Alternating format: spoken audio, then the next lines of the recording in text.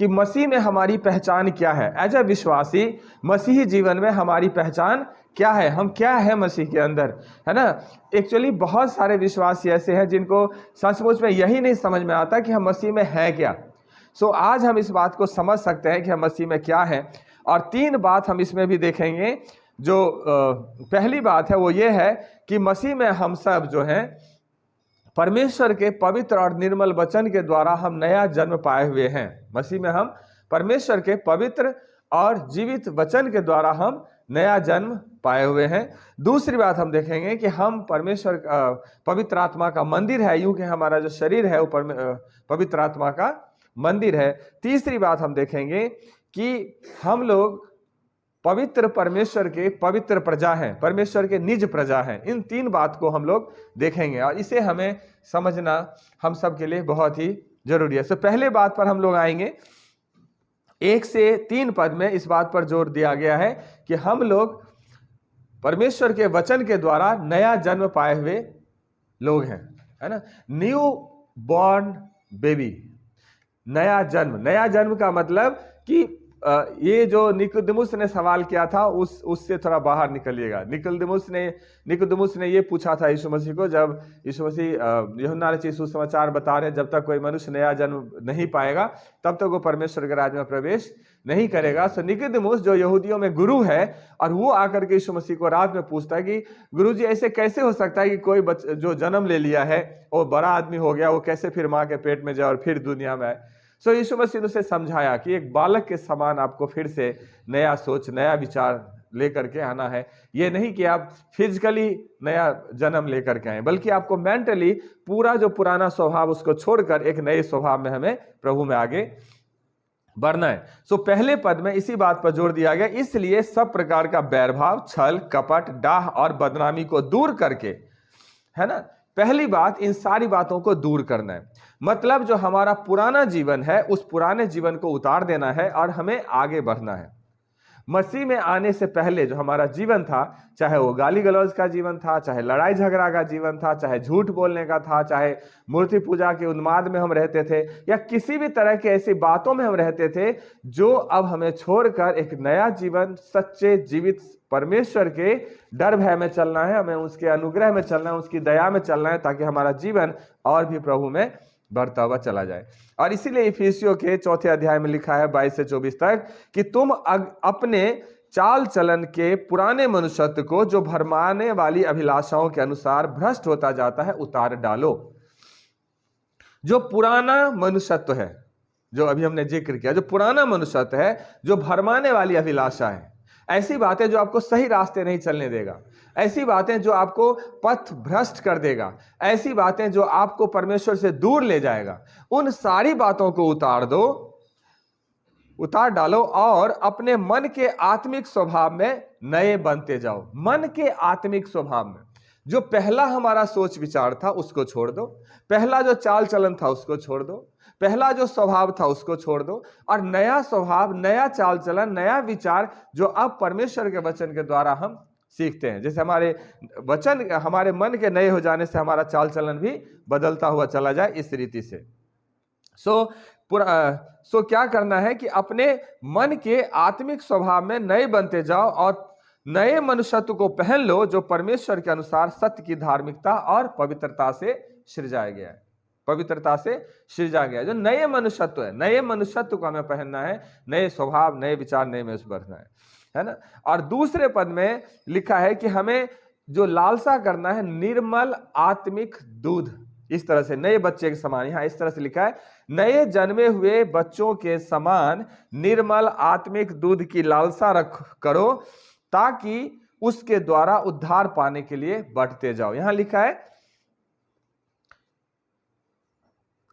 इस तरह से लिखा है, नए जन्मे हुए बच्चों के समान निर्मल आत्मिक दूध की लालसा रखो। जैसे एक छोटा बच्चा जब पैदा होता है तो वो पूरी तरह से अपने मां के पवित्र दूध पर निर्भर रहता है। अगर आप बाजार का दूध भी देते हैं तो उसे सूट नहीं करता या उसके तबीयत को नुकसान करता है, लेकिन बच्चे के लिए सबसे प्योर शुद्ध जो दूध होता है वो मां का दूध होता है। और वही माँ का दूध जो निर्मल है, जो उसको शक्ति देता है, उसको इम्यूनिटी को मजबूत करता है, उसके जीवन को मजबूत करता है और बहुत सारी बातों में उसे स्ट्रांग करता है। उसी तरह परमेश्वर का वचन जो पवित्र वचन है, उस वचन के द्वारा हमें अपने जीवन को मजबूत करना है, हमारे अपनी आत्मा को मजबूत करना है, हमें अपने चाल चलन को मजबूत करना है। उस नए वचन के द्वारा हमें उसमें बढ़ना है और उसी वचन की हमें लालसा रखना चाहिए। प्योर वचन, शुद्ध, जो निर्मल है, उस वचन की हमें लालसा रखना चाहिए और उसी वचन के अनुसार हमारे चाल चलन भी होना चाहिए, हमारा रीति व्यवहार भी होना चाहिए, है ना, उसी वचन के अनुसार। और इसलिए इफिसियों 5 में 3-4 में लिखा है, जैसा पवित्र लोगों के योग्य है वैसा तुम में व्यभिचार, किसी प्रकार का अशुद्ध काम, लोभ की चर्चा तक ना हो। सुन लीजिए क्या लिखा है, व्यभिचार, अशुद्ध काम और लोभ की चर्चा तक ना हो और निर्लज्जता, मूढ़ता की बातचीत, न ठट्ठा, क्योंकि ये बातें सोती नहीं वरन धन्यवाद ही सुना जाए। जैसे जब हम मसीह में नहीं थे तब हम जानते हैं, जब भी हम 2-4 लोग इकट्ठे होते तो वहां ईश्वर का नाम नहीं लिया जाता, बल्कि वहां बुराइयां, एक दूसरे की कहानी, एक दूसरे का पैर कैसे खींचा जाए, एक दूसरे को कैसे नीचा दिखाई, यही बात होता है। और यही बात न केवल भाइयों में बल्कि बहनों में भी पाया जाता था। लेकिन जब हम मसीह में आए तो हम जब इकट्ठे होते हैं तो हम उन बातों को नहीं करके परमेश्वर की महिमा, परमेश्वर की बड़ाई, परमेश्वर के जो वचन है उसकी हमें चर्चा करना चाहिए और किसी बात की नहीं। वो लोभ की बातें, वो निर्लज्जता की बातें, वो चुगली की बातें, ये सारी बातें हमारे जीवन से बिल्कुल ही क्या होनी चाहिए, दूर होनी चाहिए, है ना। लिखा है कि जो बातें तुमने मुझसे सीखी और ग्रहण की और सुनी और मुझ में देखी, उन्हीं का पालन किया करो, तब परमेश्वर जो शांति का सोता है तुम्हारे साथ रहेगा। वचन के द्वारा ये पौलुस फिलिपियों की कलीसिया को बोलते हैं कि जो बातें तुमने मुझसे सीखी, सुनी, देखी, उसी का क्या करो, अनुसरण करो। आज परमेश्वर का वचन हमें दिया गया है, हर संडे को हम परमेश्वर का वचन सुनते हैं, परमेश्वर के वचन में हम सीखते हैं और जो हम सुनते हैं, जो सीखते हैं, उसी के अनुसार हमारा जीवन भी होना चाहिए। इसको बोलते हैं नया जन्म। नया जन्म का यह मतलब नहीं कि फिर से मां के पेट में जाकर फिर से इस संसार में आना नहीं है, बल्कि हमारी बुद्धि नहीं होनी चाहिए, हमारा चाल चलन नहीं होना चाहिए, हमारा स्वभाव नहीं होना चाहिए। और ये सब इसलिए करो क्योंकि तुमने प्रभु की कृपा का स्वाद चख लिया, प्रभु की कृपा का स्वाद चख लिया। संसार में हमें बहुत कुछ सुनना पड़ता है, संसार में मसीह कारण हमें बहुत कुछ सहना पड़ता है, संसार में मसीह कारण बहुत सताव झेलना पड़ता है, बहुत कुछ छोड़ना पड़ता है, यहां तक कि दौलत तक छोड़ना पड़ता है। लेकिन ये सब सिर्फ इसलिए कि हमें कहीं ना कहीं इन सब से बढ़कर मसीह में मिला है। हमें जो शांति मसीह में मिला वो शांति हमें इस संसार में नहीं मिला, हमें जो दौलत मसीह में मिला वो दौलत हमें इधर नहीं मिला। और इसलिए हम संसार की दौलत को तुच्छ जानते हैं, हम उस पुराने जीवन को तुच्छ जानते हैं, हम उस रीति व्यवहार को तुच्छ जानते हैं, क्योंकि हमारे जीवन में कुछ है जो इन सब से बेहतर है। हालेलुया, कुछ है जो इन सब से हमारे लिए क्या है, बेहतर है। इसीलिए दूसरा कुरिन्थियों में इस तरह से पौलुस कहते हैं, क्योंकि हम उन बहुतों के समान नहीं जो परमेश्वर के वचन में मिलावट करते हैं, परंतु मन की सच्चाई से परमेश्वर की ओर से परमेश्वर को उपस्थित जानकर मसीह में बोलते हैं। मन की सच्चाई से परमेश्वर को उपस्थित जानकर मसीह में बोलते हैं। मेरे प्रिय, एक बहुत ही नॉर्मल बात है, जब हमारा खाने का सामान जैसे चावल है, गेहूं है या सब्जी है, कुछ और चीज है, अगर वो मिलावट वाला होगा, जैसे मान लीजिए कि आटा है वो मिलावट में है, चावल है वो मिलावट में है, दाल है वो मिलावट में, और मिलावट वाला सामान जब हम खाते हैं तो हमारे शरीर को नुकसान करता है, हमारे शरीर को कहीं ना कहीं बीमार करने का कारण होता है। ठीक उसी तरह से जब मिलावट वाली वचन हमारे अंदर जाता है ना, तो वो मिलावट वाली वचन हमारी आत्मा के नुकसान का कारण होता है। जिस तरह से मिलावट वाला खाना हमारे शरीर को रोगी कर देता है, बीमार कर देता है, उसी तरह मिलावट वाला वचन भी हमारे आत्मा को रोगी कर देता है, बीमार कर देता है। और बड़े दुख की बात है कि ऐसी चीजों में बहुत लोग बहुत इंटरेस्टेड होते हैं। चंगाई का नाम सुना नहीं दौड़ गए, है ना, आशीष का नाम सुना नहीं कि दौड़ गए। सबसे बड़ी आशीष यीशु मसीह खुद है। सफल वही होगा जो उस यीशु की तरफ देखता रहेगा जो क्रूस पर अपना जान दिया। आश्चर्य कर्म उसी के जीवन में होगा जो यीशु की तरफ देखेगा। वचन में क्लियर शब्दों में लिखा है, धन्य है वे जो परमेश्वर पर भरोसा रखते हैं, शापित है वे जो मनुष्य पर भरोसा रखते हैं। सो मनुष्यों पर भरोसा रखकर इधर उधर भागने के बजाय बेहतर है कि सच्चे जीवते सनातन परमेश्वर पर भरोसा रखो, जो सबको उदारता से देता है, फ्री में देता है, चंगाई भी, आशीष भी, छुटकारा भी। और यह तब मिलेगा जब परमेश्वर का पवित्र और जीवित वचन निर्मल, बिना मिलावट का, शुद्धता के साथ मिलता है। जब सच्चे भोजन को खाएंगे, प्योर खाना को खाएंगे, बिना मिलावट वाले खाना को खाएंगे, तो आपका शरीर मजबूत होगा, बलिष्ठ होगा। उसी तरह से परमेश्वर का वचन जब निर्मल खाएंगे, मतलब बिना मिलावट का खाएंगे, तो आपकी आत्मा बलवंत होगी और वो बहुतों की आशीष का कारण होता है, बहुतों की आशीष का कारण होता है। इसलिए हम जो नए जन्म को प्राप्त किया है मसीह में, हमें उसी में बढ़ना है, और वो नया जन्म हमारा सफल होता है परमेश्वर के वचन के द्वारा।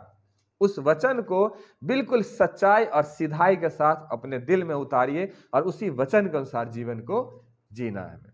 दूसरी बात जो है, जो 4 से लेकर 8 तक है, वो ये है कि हम सब हम जो विश्वासी हैं, हम परमेश्वर के मंदिर हैं। हम जो है क्या, परमेश्वर के मंदिर हैं। एक मंदिर की शोभा जो होता है, उसके अंदर की मूर्ति से होता है।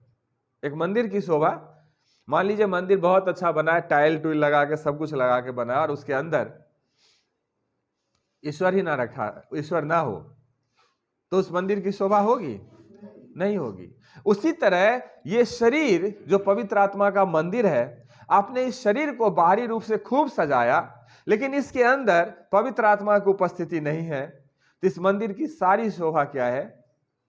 बेकार है, सारी शोभा बेकार है। और जब हम जानते हैं कि हम जब मसीह में हैं, तो हमारा शरीर पवित्र आत्मा का मंदिर है, उस परमेश्वर का घर है, तो इस शरीर को हमें किस रीति से रखना है उसके ऊपर, है ना। सो पहली बात जो 4 पद में है कि हमें उस बहुमूल्य और जीवित पत्थर के समान बनना है। हमें उस बहुमूल्य और जीवित पत्थर के समान बनना, लिखा है, उसके पास जिसे मनुष्य ने तो निकम्मा ठहराया, परंतु परमेश्वर के निकट चुना हुआ और बहुमूल्य जीवता पत्थर है। मनुष्यों ने निकम्मा ठहराया। अगर आप सुसमाचार को पढ़ेंगे तो यीशु मसीह के घर के लोग कहते थे, इसका दिमाग सही नहीं चलता, ये पागल हो गया है ना। शास्त्री फरीसी कहते थे, ये दुष्ट आत्मा की सहायता से दुष्ट आत्मा को निकालता है। महायाजक जो परमेश्वर के वचन का ज्ञाता माना जाता है, परमेश्वर की सेवा करता है, सबसे मुझे लगता है कि ज्यादा अनुभव भी होता है उन्हें सेवा का, लेकिन वो भी पेंतुस पिलातुस के जब सभा में यीशु मसीह खड़ा किया गया, तभी भी महायाजक यही पूछता है, तू सच सच हमें बता दे, हमें अंधेरे में मत रख, हमें क्लियर क्लियर बता के क्या मसीह तू ही है। अब जिस मनसा से भी पूछ रहा हो, क्यों आपने धर्मशास्त्र नहीं पढ़ा? क्या आपने नहीं पढ़ा कि उसमें क्या यशायाह कहता है? क्या आपने उस मसीहा के बारे में जिक्र ही नहीं सुना पुराने नियम के अंदर, उन पवित्र शास्त्रों के अंदर? और आज भी कुछ ऐसे ही होता है। सारी दुनिया इसी बाइबल को उठा के प्रचार करता है, सारी दुनिया, चाहे कोई भी हो, लेकिन जब यीशु को प्रभु मानने की बारी आती है तो पीछे हट जाते हैं। मत्ती रचित सुसमाचार का जो 5 अध्याय से 7 अध्याय तक है, हर लोग जो प्रचार करता है, चाहे मसीह लोग हैं चाहे नहीं है, उस 5 अध्याय, वो 3 अध्याय को निश्चित रूप से टच करते हैं, निश्चित रूप से टच करते हैं। लेकिन जब उनको मानने की बात आती है तो नहीं। मैं नाम नहीं लेना चाहता ऐसे ऐसे संस्थाओं का जो प्रचार करता है, उदाहरण देता है, लेकिन उस पर विश्वास करने को राजी नहीं है, उसे अपना उद्धारकर्ता मानने को राजी नहीं है। कैसे माने? जब तक पवित्र आत्मा उसे नहीं दिया जाएगा, जब उसके अंदर पवित्र आत्मा वास नहीं करेगा, तब तक कोई भी यीशु को अपना प्रभु कह ही नहीं सकता। और जो इंसान यीशु को अपना प्रभु नहीं मान सकता, इसका मतलब उसमें पवित्र आत्मा नहीं है। आप समझ जाओ फिर उसमें कौन है। और इसीलिए वो जो बहुमूल्य पत्थर है, वो जो जीवित पत्थर है, हमें उसी पत्थर के समान अपने जीवन को बनाना है, अर्थात उस यीशु मसीह के समान अपने जीवन को हमें बनाना है, जो यशायाह 28 में इस तरह से लिखते हैं। इसीलिए प्रभु यहोवा यूं कहता है कि देखो, मैं सियोन में नेब का पत्थर रखा है, एक परखा हुआ पत्थर। कैसा पत्थर? एक परखा हुआ, टेस्टेड स्टोन, पूरी तरह से परखा हुआ पत्थर, जिसके बारे में लिखा प्रभुता उसके कांधे पर होगी, उसके राज्य का कभी अंत नहीं होगा। वो अद्भुत रीति से युक्ति करने वाला पराक्रमी परमेश्वर कहलाएगा। वो परखा हुआ पत्थर, कोने का अनमोल और अति दृढ़ नेव के योग्य पत्थर, अति दृढ़ नेव के योग्य पत्थर। मेरे प्रिय, आपने इस शहर में बड़े बड़े बिल्डिंग बनता हुआ देखा होगा, या आप में से बहुत सारे लोग ने अपना मकान बनाया होगा। मकान की मजबूती के लिए सबसे ज्यादा हमारा जो ध्यान होता है वो उस एरिया में होता है जो एरिया दिखाई नहीं देता बनने के बाद, अर्थात मकान का नींव, फाउंडेशन। फाउंडेशन बिल्डिंग का जितना स्ट्रांग होता है, बिल्डिंग उतना ही स्ट्रांग होता है। और हमारा आत्मिक जीवन का जो फाउंडेशन है, वो कोने का पत्थर है, वो स्वयं प्रभु यीशु मसीह है। प्रभु यीशु मसीह ये वो पत्थर है जो उस पर गिरेगा वो भी चकनाचूर हो जाएगा, और जिस पर वो गिरेगा वो भी पीस डालेगा। आप लोगों ने देखा होगा जो कॉर्नर का मकान होता है कई जगह, वो मकान के आगे कहीं किसी गाड़ी से ठोकर न लग जाए, इसलिए बिल्कुल कॉर्नर पर एक बड़ा सा पत्थर रख देगा, है ना। ऐसा पत्थर रख देगा, अगर ट्रक वाले भी मारने की कोशिश करेगा तो ट्रक वाले को ही नुकसान होगा, वो पत्थर को कुछ नहीं होना। वो पत्थर उस बिल्डिंग की सुरक्षा के लिए लगाया जाता है, और यीशु मसीह हमारे जीवन की सुरक्षा के लिए है। और उसी बात को यशायाह यीशु मसीह के जन्म से 730 साल पहले चिल्ला चिल्ला कर यह बात कहा, एक परखा हुआ पत्थर, अद्भुत रीति से युक्ति करने वाला पराक्रमी परमेश्वर।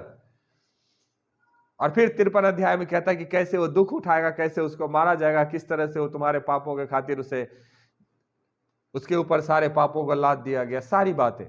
वो पत्थर, और उसी के समान हमें अपने जीवन को बनाना है। और जो कोई विश्वास रखे वो उतावली न करेगा, जो उस पर विश्वास रखेगा वो परेशान नहीं होगा, वो हर परिस्थिति में बिल्कुल दृढ़ बना रहेगा, क्योंकि उसे पूरा विश्वास है कि वो कैसा पत्थर है? अति दृढ़ पत्थर है, अति दृढ़ पत्थर है। नहीं तो मिस्र देश में इजरायली लोग मुट्ठी भर थे, लेकिन फराहो राजा परेशान हो गया। फराहो राजा परेशान हो गया कि ये लोग कहीं इतने ना बढ़ जाए कि हमारा राजगद्दी छिन जाए। और ऐसे ही कुछ हाल बहुत देशों में भी हो रहा है। मुट्ठी भर मसीही लोग हैं, लेकिन पूरी देश डरने लग जाता है। वो अति दृढ़ पत्थर है, वो उतावली नहीं करता, वो अपना काम करता है। और चूंकि हमारा शरीर उसका मंदिर है, सो हमें भी विश्वास में अति दृढ़ता के साथ आगे बढ़ना है, हर एक कदम अति दृढ़ता के साथ आगे बढ़ाना है। हम सब जानते हैं मत्ती रचित सुसमाचार 16 अध्याय में जब पतरस को बुलाया गया तो यीशु मसीह ने कहा कि मैं भी तो हे योना के पुत्र पतरस, मैं भी तुमसे कहता हूं तू पत्थर है और तुझ पर मैं अपनी कलीसिया बनाऊंगा। और कैसी कलीसिया बनाऊंगा? लिखा है अधोलोक के फाटक उस पर प्रबल ना होंगे। अधोलोक के फाटक, मृत्यु का फाटक, शैतान का दरवाजा कभी भी विश्वासियों के जीवन पर प्रबल नहीं हो सकता, क्योंकि वो पत्थर अति दृढ़ पत्थर है, वो बहुमूल्य पत्थर है, वो जीवित पत्थर है ना, नहीं होगा।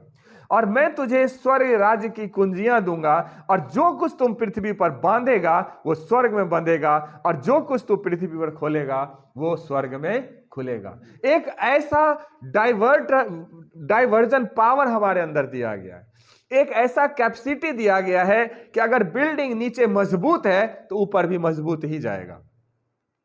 अगर फाउंडेशन मजबूत है तो पूरे जितनी ऊपर तक बनेगा, फ्लोर बाय फ्लोर जो भी बनता जाएगा वो मजबूत ही बनता जाएगा। वो अति दृढ़ करा हुआ पत्थर, वो बहुमूल्य पत्थर, वो जीवता पत्थर। इसीलिए 5वें पद में लिखा है हमें आत्मिक बलिदान चढ़ाना है। कैसे? सो तुम भी आप जीवते पत्थर के समान आत्मिक घर बनते जाते हो, जिससे याजकों का पवित्र समाज बनकर ऐसे आत्मिक बलिदान चढ़ाओ जो मसीह यीशु के द्वारा परमेश्वर को ग्राह्य हो। आत्मिक घर बनते जाते हो याजकों का पवित्र समाज बनकर। मेरे प्रिय, हम थोड़ा पुराने नियम की तरफ चलेंगे। लय व्यवस्था हम लोग याजक के काम को देखते हैं। याजक का काम होता है कि मनुष्यों के द्वारा जो पाप किया जाता है उसके बदले जो भेंट होता है वो जाकर के परमेश्वर के सामने चढ़ाता है ना, ताकि उसके पाप गुनाह क्षमा हो। आज हम सब याजकों का समाज है। जो कोई मसीह में है वो सब याजक है ना। आज हमें किसी और की जरूरत नहीं है कि वो हमें यीशु के पास लेकर जाए या परमेश्वर के पास लेकर जाए। आज परमेश्वर स्वयं यीशु मसीह के द्वारा हमारा परमेश्वर के साथ मेल मिलाप हो गया। लेकिन हम लोग चूंकि याजकों के समाज हैं, हम लोग याजक हैं, इसलिए हम सब के लिए जरूरी है कि हम एक आत्मिक बलिदान चढ़ाया करें। उस टाइम पुराने नियम में याजकों का काम ही होता था बलिदान चढ़ाना। लोगों का जो होता था बलिदान चढ़ाना, लोगों के बिहाफ पर परमेश्वर से प्रार्थना करना। और इसी तरह से हमें भी आगे बढ़ना है। और इसलिए रोमियो 12:1 में लिखा है, इसलिए हे भाइयों, मैं तुमसे परमेश्वर की दया स्मरण दिलाकर विनती करता हूं कि अपने शरीर को जीवित, पवित्र और परमेश्वर को भावता हुआ बलिदान करके चढ़ाओ, यही तुम्हारी आत्मिक सेवा है। हम लोग जब याजकों के समाज हैं तो हमारे लिए सबसे ज्यादा जरूरी है कि अपने जीवन को जीवित, पवित्र और परमेश्वर को भावता हुआ बलिदान करके चढ़ाएं। हमारा परमेश्वर भूखा नहीं है कि हम उसे जानवर का बलिदान चढ़ाएं। हमारा परमेश्वर भूखा नहीं है कि हम फल फूल उसे चढ़ाएं। हमारा परमेश्वर गरीब नहीं है कि उसे पैसे चढ़ाएं।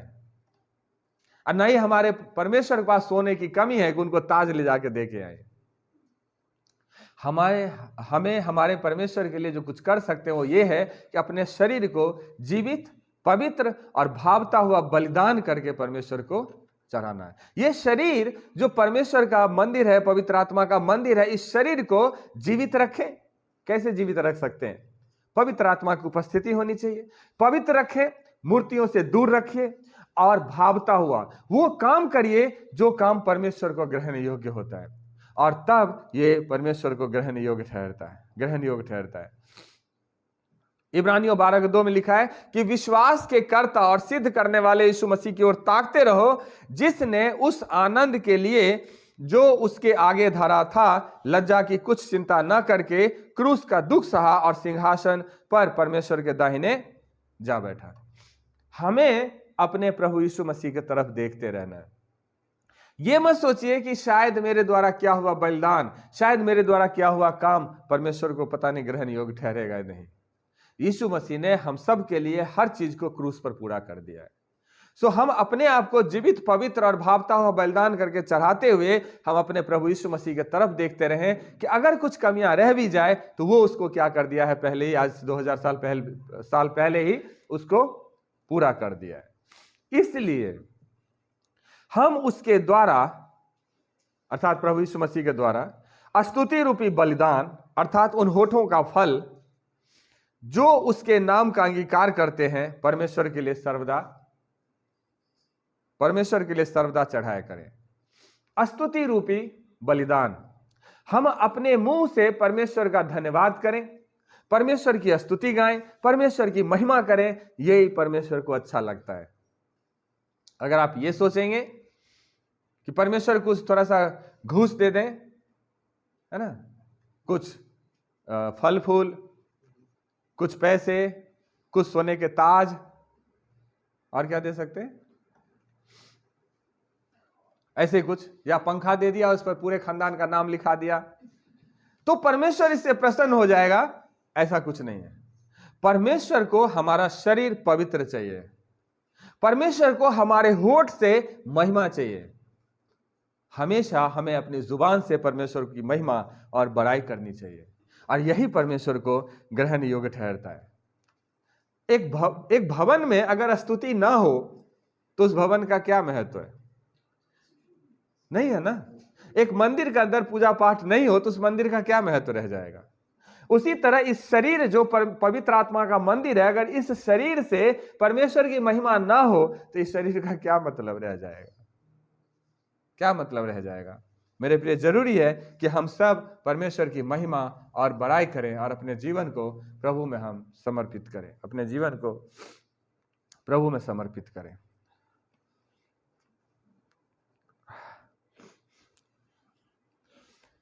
छह और 7 पद को अगर देखेंगे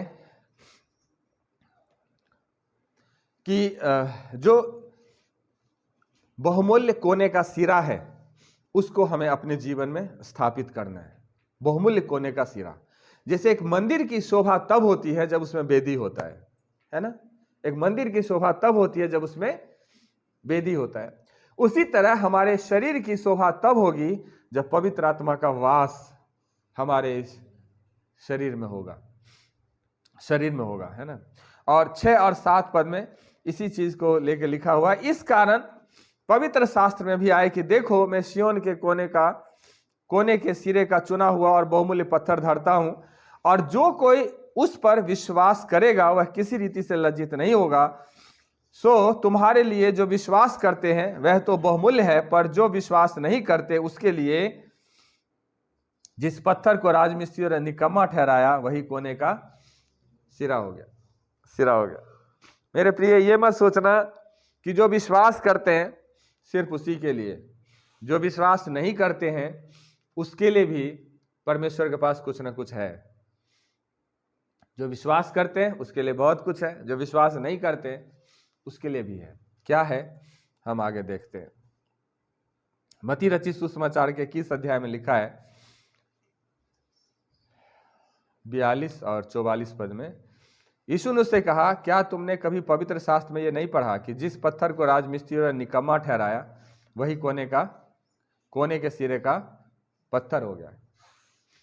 शास्त्री, फरीसी, व्यवस्थापक, सदूकी और पता नहीं क्या क्या, सब ने यीशु मसीह को अलग अलग तरह से बोला, ये मसीहा नहीं है, इसमें दुष्टात्मा है, इसीलिए दुष्टात्मा को निकाल देता है, इसका दिमाग सही नहीं चलता, इसका ये नहीं है, इसका ये नहीं है। समाज ने उसे निकम्मा जाना। आज हम जब मसीह पर विश्वास करते हैं तो हमारे प्रति भी लोगों का नजरिया बदल जाता है। शायद समाज हमें निकम्मा समझते हैं या यूं कहेंगे बेवकूफ समझते हैं, लेकिन परमेश्वर का वचन कहता है राजमिस्त्री ने जिस पत्थर को निकम्मा ठहराया, निकम्मा का मतलब किसी काम का नहीं है। राजमिस्त्री जो बिल्डिंग बनाता है, बिल्डिंग बनाने वाले ने जब उस ईंट को देखा, उस पत्थर को देखा, कहा ये तो बेकार है, ये किसी काम का नहीं है। लेकिन परमेश्वर ने उसे ही कॉर्नर स्टोन बना दिया। कॉर्नर में अभी बताया ना कि बिल्डिंग को सुरक्षा देने के लिए कोने पर एक पत्थर लगा दिया जाता है कि कोई गाड़ी उसको, बिल्डिंग को नुकसान ना पहुंचाए। और उसी तरह से यीशु मसीह को परमेश्वर ने कॉर्नर स्टोन बना दिया। सब नामों के ऊपर वो नाम दिया, यीशु मसीह को सब नामों के ऊपर वो नाम दिया जो न केवल इस लोक में बल्कि आने वाले लोक में भी लिया जाएगा। वो नाम दिया। पवित्र परमेश्वर ने अपने दाहिने हाथ में बैठाया और सारी प्रधानता, सारी प्रिंसिपैलिटीज, हर चीज के ऊपर उन्हें अधिकार दिया, हर चीज के ऊपर, है ना। लोग ने जिसे निकम्मा ठहराया, उतना ही लिखा है जो इस पत्थर पर गिरेगा वो चकनाचूर हो जाएगा, और जिस पर यह पत्थर गिरेगा वो भी क्या हो जाएगा, चकनाचूर हो जाएगा। लेकिन जो उस पर विश्वास नहीं करते उसके लिए वही पत्थर क्या हो गया, ठोकर का कारण। जो विश्वास नहीं करते उसके लिए वो पत्थर क्या हो गया, ठोकर का कारण हो गया। पहला कुरिन्थियों 1:18 में लिखा है, क्योंकि क्रूस की कथा नाश होने वालों के निकट मूर्खता है, परंतु हम उद्धार पाने वालों के निकट परमेश्वर का सामर्थ है। क्रूस की कथा, जब आप लोगों से बात करते हैं, आज दुनिया में देखेंगे तरह तरह की बातें, हम बोलना नहीं चाहते, हम सबको अनुभव है। ये क्रूस की कथा जो परमेश्वर ने इसलिए किया कि समस्त मानव जाति का उद्धार हो। ये क्रूस की कथा इसलिए हुआ कि जो कोई मन फिराएगा वो अनंत जीवन को प्राप्त करेगा। ये क्रूस की कथा इसलिए हुआ कि तुम जो इतने साधना करते हो, इतनी तपस्या करते हो, इतना कष्ट झेलते हो, पूरे खानदान को, परिवार को छोड़कर जंगलों में अपना जीवन बिताते हो और उसके बावजूद तुझे कुछ नहीं मिलता, उससे छुटकारा देने के लिए परमेश्वर ने बोला अपने परिवार के साथ रहो, प्रेम से रहो, मेल मिलाप से रहो, तुझे कोई इतना तपस्या करने की, साधना करने की, इतना कष्ट उठाने की जरूरत नहीं है, मैं तुझे फ्री में छुटकारा देने को तैयार हूं। लेकिन लोगों ने इसे मूर्खता समझा। ऐसे कैसे हो सकता है? क्या कोई ऐसे कैसे मुर्दों में से जीवित हो सकता है? इस तरह की बहुत सारी बातें हैं। लेकिन जब यीशु ने ऐसा करके दिखाया तो सबको आश्चर्य लगा, कहता सचमुच ये परमेश्वर का पुत्र है। आज भी लोग तरह तरह की बातें करते हैं इन बातों को लेकर, लेकिन क्रूस की कथा नाश होने वालों के लिए मूर्खता है। ध्यान से सुनिएगा, मूर्खता नाश होने वालों के लिए, जिसका रास्ता अनंत मृत्यु के तरफ जा रहा है, उसके लिए उस क्रूस की कथा बेकार है। लेकिन पर उद्धार पाने वालों के निकट परमेश्वर की सामर्थ है। जो हमेशा हमेशा तक छुटकारा पाने के लिए है, उसके लिए परमेश्वर का सामर्थ है। कितनों के लिए तो मरने के निमित्त मृत्यु की गंध, और कितनों के लिए जीवन के निमित्त जीवन का सुगंध। और इन बातों के योग्य कौन है? मैंने आपको बताया ना, परमेश्वर के पास दोनों के लिए कुछ ना कुछ है। जो विश्वास करते हैं उसके लिए भी कुछ है, और जो विश्वास नहीं करते हैं उसके लिए भी कुछ है। जो विश्वास करते हैं उसके लिए मृत्यु, उसके लिए अनंत जीवन की सुगंध है। जो विश्वास करते हैं उसके लिए अनंत जीवन है। लेकिन जो विश्वास नहीं करते उसके लिए अनंत मृत्यु की दुर्गंध है। अर्थात जो विश्वास नहीं करते उसके लिए अनंत मृत्यु है। परमेश्वर दोनों को देता है, इसलिए बेहतर है कि हम परमेश्वर पर विश्वास करें ताकि यीशु मसीह के द्वारा हमें अनंत जीवन मिले। बेहतर है कि हम उस अविश्वास से मन फिराकर उस विश्वास की तरफ बढ़े। और यही पतरस समझाने की कोशिश करता है कि बेशक तुम्हारे बीच में दुख है, तकलीफ है, परेशानी है, लेकिन धीरज धर, परमेश्वर ने तुम्हारे लिए एक अनंत जीवन रखा हुआ। परमेश्वर ने तुम्हारे लिए वो रखा है जो इन अविश्वासियों से बहुत ज्यादा बढ़ करके है, बहुत ज्यादा बढ़ करके है। उस चीफ कॉर्नर स्टोन पे भरोसा रखो, वो मुख्य जो कोने का सिरा है उस पर भरोसा रखो। बेशक राजमिस्त्री ने उसे निकम्मा ठहराया, लेकिन परमेश्वर के निकट वो बहुमूल्य पत्थर गिना गया है, बहुमूल्य पत्थर। और लास्ट बात जो है 9 से 10 तक, वो है कि हम लोग परमेश्वर के पवित्र प्रजा हैं, है ना, पवित्र प्रजा है। हमें खुद को पहचानना है कि हम हैं कौन, हम हैं कौन। और 9 पद में लिखा हुआ, पर तुम चुना हुआ वंश। पहली बात, 2 बात है, चुना हुआ वंश, राजपदधारी, याजकों का समाज, पवित्र लोग, परमेश्वर की निज प्रजा हो। हालेलुया। हम लोग परमेश्वर के क्या हैं? Royal priesthood and holy nation. We are royal priesthood and holy nation. परमेश्वर का राजपदधारी और याजकों का समाज, एक पवित्र प्रजा है। एक ऐसी प्रजा, राजपदधारी। राजपदधारी का क्या मतलब होता है? राजपदधारी का क्या मतलब होता है? जो राजा से मिला हुआ पद होता है या उसके योग्य होता है। हम लोग, परमेश्वर क्या है? राजाओं का राजा है, प्रभुओं के प्रभु है ना।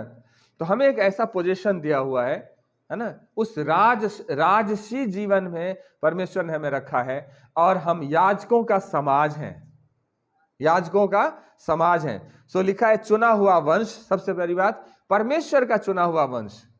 हम यहां बेशक कोई क्यों ना हो, पौलुस कहता है चाहे तुम यहूदी हो, सदूकी हो, फरीसी हो, जो भी हो, लेकिन परमेश्वर के नजदीक सब एक हो।